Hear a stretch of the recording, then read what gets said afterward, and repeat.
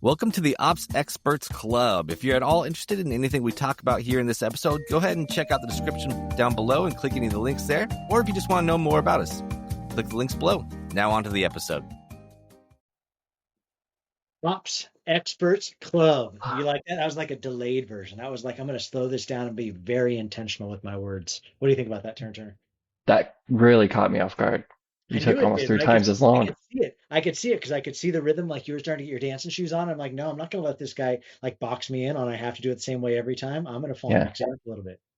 Yeah, you broke down to a half step. Dude, I did break it down. It was like, break it down. That's what it was. Mm-hmm. Ops experts, great to have you on the show with us today. Excited to be talking to you about something that Taryn and I love to discuss, and that is how do you stop the chaos?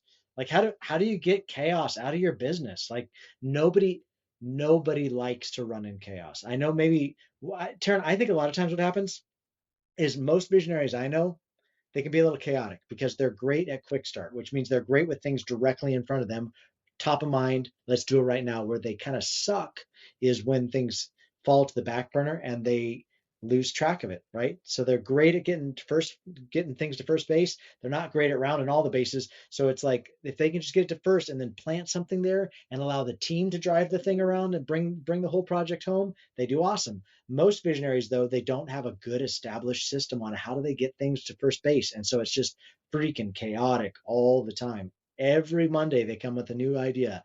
Every Monday they've got some great thing that they want to try. And it's very, very rarely the same thing they talked about last Monday. Can we talk a little bit about how to calm the chaos? Absolutely. Let's calm the storm. Calm the storm. Taryn Turner, if you could just recommend one thing, if there was just one thing that you're like, hey, this is like the silver bullet, because that's the other thing visionaries love. They love silver bullets. Silver bullets is like, if they could nail it down to one thing, the one step, man, they would kill it. But I really do think there's just one thing they could put into play that would really save the day. What would you say that would be? That would be get feedback and questions from the experts Yeah, right? involved. Yeah, that is right. And so an operating system where they plug in and get feedback from the people that are doing the deal, right? Doing the dang deal. I think that's great. So most visionaries don't live by an operating system, which is crazy. You know, like these little phones in our hands, man, they've got an operating system. Look how pretty my bride looks. That was on her 50th birthday. Taryn Turner, it was a Taylor Swift kind of birthday. Anyway, so these little phones in our hands, they have iOS, right? If you're an Apple user, it's iOS, and they drive you crazy because iOS has all kinds of updates all the time. And I'm like, hey, stop updating my stuff, right? But they do have an operating system that they operate from. But most businesses, they don't. Most businesses, it's come up from a solopreneur that grew too big to manage it by himself anymore. So he started grabbing all of his neighbors, brothers, cousins, friends, people that he trusted, she trusted, brought them into their business because they were like, I'm freaking gonna lose my mind. The people around them are like, we want to help you, right? They're not quick starts like them. They're more like just like cool, calm, collective. Let's just pound this thing out. And so that's the ones that they, as visionaries, drew in, right? Now that he's got a team, she's got a team of people, but the danger is the visionary is not going to be the good one to be able to supply an operating system because visionary lives at a level of chaos that most of the people on the team are not going to be able to bear. And so we have found that there's a great tool out there from a book called Traction by Gino Wickman. And that is, Taryn, what's it called? EOS. Traction. Poor Oh. Taryn. I just leave Taryn. I'm just leaving him out there to hang. I'm like, hey, let me give you a bunch of questions, not tell you what I want you to say for the answers, and let's see if you can guess it. EOS, Entrepreneur's Operating System. It's like iOS, but it's EOS. Taryn, what do you like about EOS and Traction? Wow.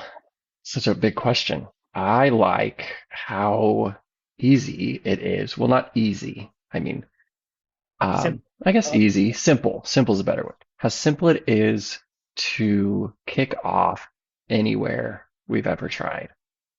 all different kinds of crazy businesses, right? Like what do you have, like an office cleaning business? Awesome, that works there. What do you have, a brewery business? Yep, it works there. What do you have, an online education platform that you want to roll out and you've got new ideas all the time, you just need some place to help control it? Awesome, it works great for visionaries of online um e-commerce selling, like all different kinds of things. You have an attorney law practice? Awesome, it works great there too. I think that the greatest thing about EOS is we're not selling a piece of software. I'm not going to drop an affiliate code, right? Like, you don't have to worry about me making some kind of pitch right here. We're just talking about an operating system for your people, which is, how do we triage pain? I really feel like if you had to shake it down to one, maybe it's two things. How do we triage pain? And how do I hold people accountable? Right? Because usually the way a visionary triages pain is he or she just pounds it. Like they just pound it down. Like they make sure that things get done that are supposed to get done. But usually it's only the urgent ones, right? And then they forget that they asked about those things a week or two or three down the road. And so then they really don't realize it again until that brings up another source of pain for them. And they're like, wait a minute, I thought we solved this last time, but we didn't have any accountability in place. EOS is a great system that drives everything from a once a week meeting that is not the visionary showing up just to preach at them. It's a very set way of doing a weekly meeting that allows us to like quell the chaos and encourage accountability. Taryn, what do you Hmm. think of those two things? I love quelling the chaos. Right? Yeah, that's my favorite part. Yeah. I mean, it's such a great way to, we talk about this, we talk about this all the time. You should know how serious we are about this type of stuff because we have just been praising it for a long time, but it's just a great system that covers what you need to cover. Yeah. Like it's all there. Whatever you need, run through the system. Show up every week, just do the dang deal, right? Like now, visionaries, I will say this, and you know this is true about you, so don't try and fight it right now. You suck at consistency. You're not very consistent, right? Like Mm, you're great at new ideas. You're great at bringing something amazing to the market. You're great at selling things. You're great at marketing it to get it to sell. Like you're brilliant at that stuff. What you're not great at is showing up every single week and just putting in the same work every single time when you show up a meeting. And I would encourage you, visionaries, you should not be leading your weekly meeting. I don't think that's a good spot for you because if you're not careful, you try and fill up the void with your voice. But the downside of that is you're not very good at keeping track of all the details. So then you're tempted to just preach at your people. And usually when you preach at your people, you're frustrated, right? Like it's something that you're frustrated that they're not doing instead of, no, no, no, that's the worst energy you could bring to your team every single week. Like let somebody else lead your weekly meeting and let them follow a certain cadence, a cadence that you trust, a cadence that holds people accountable, a cadence that is very metric. Let's look at numbers. Let's not just let people go off on story time that they're going to tell us some stories. No, no, no. Very, very budgeted amounts of time that we're going to look at numbers. We're going to look at the big picture, like how are we heading towards our annual goal by looking at quarterly goals. Quarterly rocks is what they're called. How are we going to look at how the customer is receiving us, how the team is doing? How are we then going to look at how we did with last week's to-dos that we all said we were going to get done? And then how are we going to triage pain, which EOS would call issues? Every week, you're expecting your people to show up for that meeting, dropping the things that are coming up throughout the week that you need to discuss and get good answers on so we can solve that by next week's meeting. I think it's for us, we've rolled it out so many iterations now. I think I think we're into like 3,000 iterations or something crazy of EOS level 10s that we've led for people and led for all different kinds of teams, dozens and dozens and dozens of teams, all different kinds of businesses, multiple kinds of verticals. But what we've seen is just really where you need is someplace to capture the things that need to be discussed, a way that everybody can hear who's been assigned those things that have been discussed for the solving. And then next we come back and say, did you get it done? No, not, it's a yes or no question. Did you get it mm. done? You know? No, I like story time. Did you get it done? What's the story? Oh man, that's the word. Because on the EOS, so we provide free templates. I do a whole training on this. So if you're interested in this at all, just go to rocks.opsexpertsacademy.com. Rocks, ROCKS .opsexpertsacademy.com. I give you like a half hour walking you through exactly how these meetings work. I give you all of our sheets for free. This is stuff that I just give. These are just tools I want you to succeed with. But man, I'll tell you what, like in my mind, This is the golden ticket. This is like the silver lined parachute. This is where if you're feeling overwhelmed in your business all the time, we insist on, Taryn, when we come into businesses, this is what we roll out for people. We're like, hey, I know you say you need our help with this. I know maybe you're having a problem with your technology, your CRMs, your automations, all the things we do around tech at the Collab team. I know you feel like your problem maybe is customer support. That's another thing we do a lot of. I know your problem is roles and responsibilities. You don't still know how the people are using their time, or maybe your problem is like a finance-based duty or a sales-based duties. We call those the foundations that scale. Those are all things Collab team does. What we say to every single customer coming in is, yeah, but are you doing a weekly meeting? Most of the time, I'd say 85% of the time we hear from people, they're doing some kind of weekly meeting, but it's kind of chaotic. They're not really sure it's the best Mhm. form. And we're like, hey, why don't you just let us take that over? Why don't you just let us take that over for a few weeks and re-roll out a new operating system for your people to show them exactly where to capture each one of the things they're going through.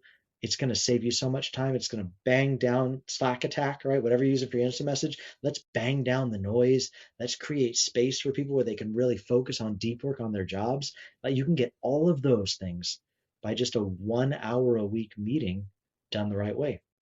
Mhm. Yeah, and it's really important who you have controlling that as well, because we've rolled things out to people and left, and nobody's continued it because it turns out nobody in the company is the type of person that Right. can do that type of follow up, that can stick to consistency, that type of person that loves it when you suggest migrating into a project management tool.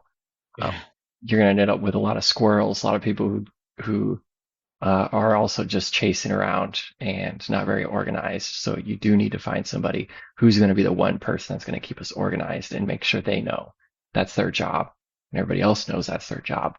They need to be reaching out to people to making sure things get done. They need to be updating project plans, putting things into Asana, whatever you use. They need to be, updating the weekly meeting every week.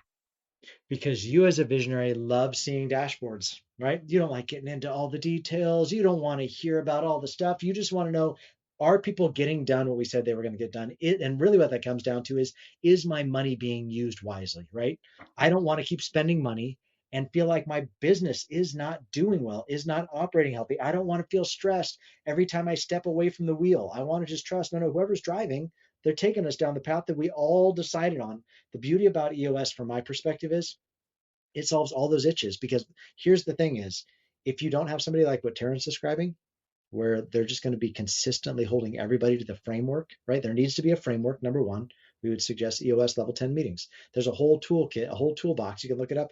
EOS has all these tools out there for free. Go use their tools. If you want a trainer, there are people out there that will train you on EOS. We're not implementers. They've got great people that will come and implement EOS for you. I think where we fit is we would be what EOS would call a fractional integrator. We're somebody that will come in and like an ops manager, a director of ops, but we just do it fractionally, right? We come in and we step in for a limited amount of time to help you frame everything up. We give you hours of our team's time to frame everything up tight, create solid SOPs, standard operating procedures, and then commit that to somebody. If you don't have somebody on your team like that, we'll help you recruit for that. You know what I mean? But you need to have somebody on your team, whether it's us, we're not trying to sell us.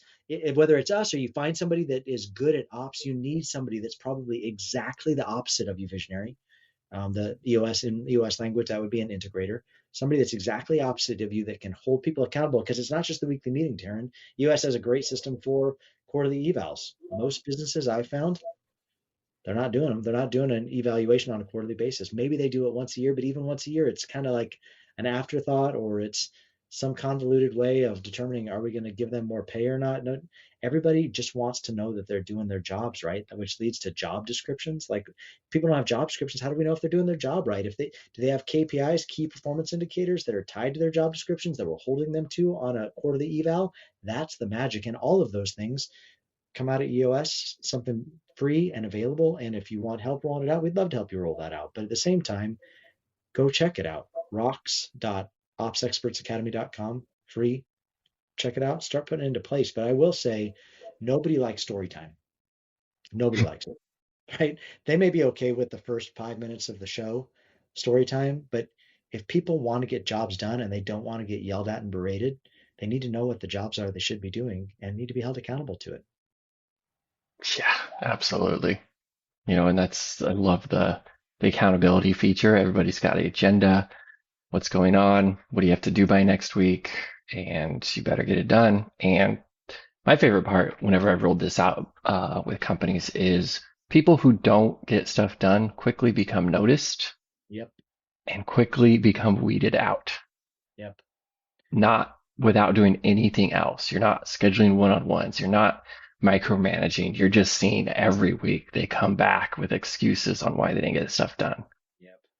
And it screams. Oh my gosh, does it scream? It screams, and nobody has to be a bad guy. Nobody has to be like, why didn't you get your stuff done? It's just like, no, no, no. We assign this out. Is it done or is it not done? And you just watch. Like the people pull away. Like the people that are good at getting stuff done will pull away, and the ones who are not will stay stalled. And you notice that stall. It's like that broken down car that's on the side of the freeway that's been there every time you've driven by it for the last week or two. Like that's how you can see it stalled. The person is just not making progress. And maybe they were good at storytelling before. They had a good reason. They're likable. Maybe they really won you over. You like hearing them talk. Usually they're sales guys, right? They've got some good thing that they tell you about, they get everybody laughing, everybody, but when it shows up of like, but who's getting stuff done? You just watch that person stall out because they're not doing stuff. And bottom line is, you can have friends with whoever you want to have friends with, right? But don't pay somebody that's not getting something done. Like, don't pay somebody that's always got a story, always got a reason, always got something, some excuse for why they aren't getting the stuff done the way other people are getting it done. This is a business, and the way you keep it profitable is by keeping it efficient, keeping it lean and mean. And if you're not holding people accountable to what they said they're going to do, if you're not giving them numbers that they can track that are public for everybody to see, then you're creating pain for yourself. You're creating chaos in your organization. And really, you're allowing your people to see you not be a good leader, to stand up and say, no, no, this is the goal. This is what you're accountable to. How are you doing with it in a public setting? And it doesn't mean you have to berate them. Just let the chips fall where they're going to fall. And usually, Taryn, my experience has been those people actually start to self-select and exit themselves because they start feeling so much pressure. They don't like the pressure, and so they eventually talk themselves into leaving. Mm-hmm. Yeah, I like it when that happens. That's the best, right? Because nobody likes all the ugly conversations and all. Like, I'm going to put you on a performance plan, and we're going to talk about this for the next month. I'm going to meet you every single week and tell you how bad you're doing. No, no, no, no. Just give them some numbers that they're responsible for. Give them some quarterly goals that they're helping you lift the entire company to get to the annual goal with, and see how they do. Because if they're not able showing up to put numbers up on the board, if they're not able to show up and get the things done that we all agreed was the thing that needed to get done, and we all agreed last week you were the guy to get it done, and you're not getting it done week over week, it makes it really, really clear. Now this person isn't a good fit.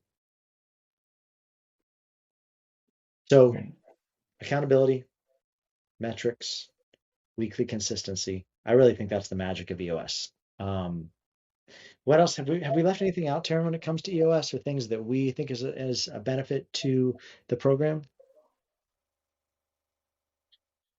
Well, I mean, I did a lot about EOS. I love, delegate and elevate. It's my favorite. Just diving into processes. I mean, You know what I love too, Taryn? rocks. Yeah, boy, you love rock parties. Boy, do you love rock parties.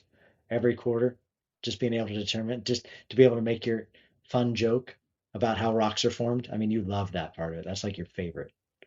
Yeah. So you want to talk about that before I take us a whole different direction, or you want me to take mine in a whole different direction? No, they have to see me lead a meeting to hear that. Magma. I mean, that's one of the ones you love to drop at the end. I just robbed the punchline. But anyway, something I really love, Taryn, that I don't feel like many visionaries do well is most visionaries, from my experience, uh, don't affirm consistently, as far as like just are consistent in encouraging people.